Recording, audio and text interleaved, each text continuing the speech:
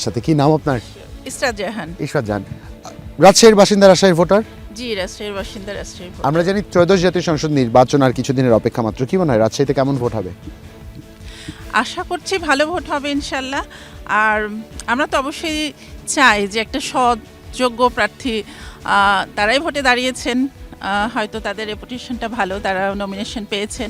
তাদের কাছ থেকে আমাদের প্রত্যাশাও একটা নিরপেক্ষ নির্বাচন যদি হয়, তারা জয়যুক্ত হন, তাহলে রাষ্ট্রের জন্য অবশ্যই কাজ করবেন। চমৎকার। আপনার সেক্ষেত্রে রাজশাহীর নারী ভোটারদের একটু প্রেক্ষাপটটা জানতে চাইব। এখানে নারী ভোটাররা যারা আছেন তারা কি স্বাধীনভাবে মত প্রকাশ করতে পারেন, কিংবা তাদের বিষয়গুলোকে গুরুত্ব সহকারে সংসদে চর্চিত বা বিবেচিত আলোচিত হয়?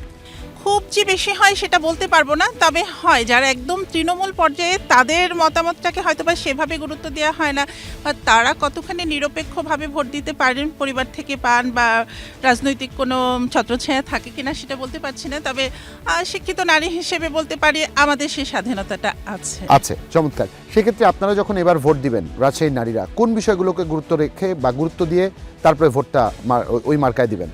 আচ্ছা, নারী হিসেবে যদি বলতে চাই তাহলে বলতে হবে যে আমাদের একটা নিরাপদ পরিবেশ দরকার। হ্যাঁ, ঘরে বাইরে সব জায়গায় যেন আমরা নিরাপত্তা পাই, কর্মক্ষেত্রে যেন পরিবেশটা সুন্দর হয় সেটা। আর খুব বেশি যেটা রাষ্ট্রের জন্য প্রয়োজন সেটা হচ্ছে কর্মসংস্থান। আমাদের পুরুষদের যে কর্মসংস্থান আছে সেটা তো আছেই, তা বাদে নারীদের কর্মসংস্থানটা খুব দরকার। একটা দেশের উন্নতির জন্য কিন্তু নারী পুরুষ সমান অংশগ্রহণটাই প্রয়োজন।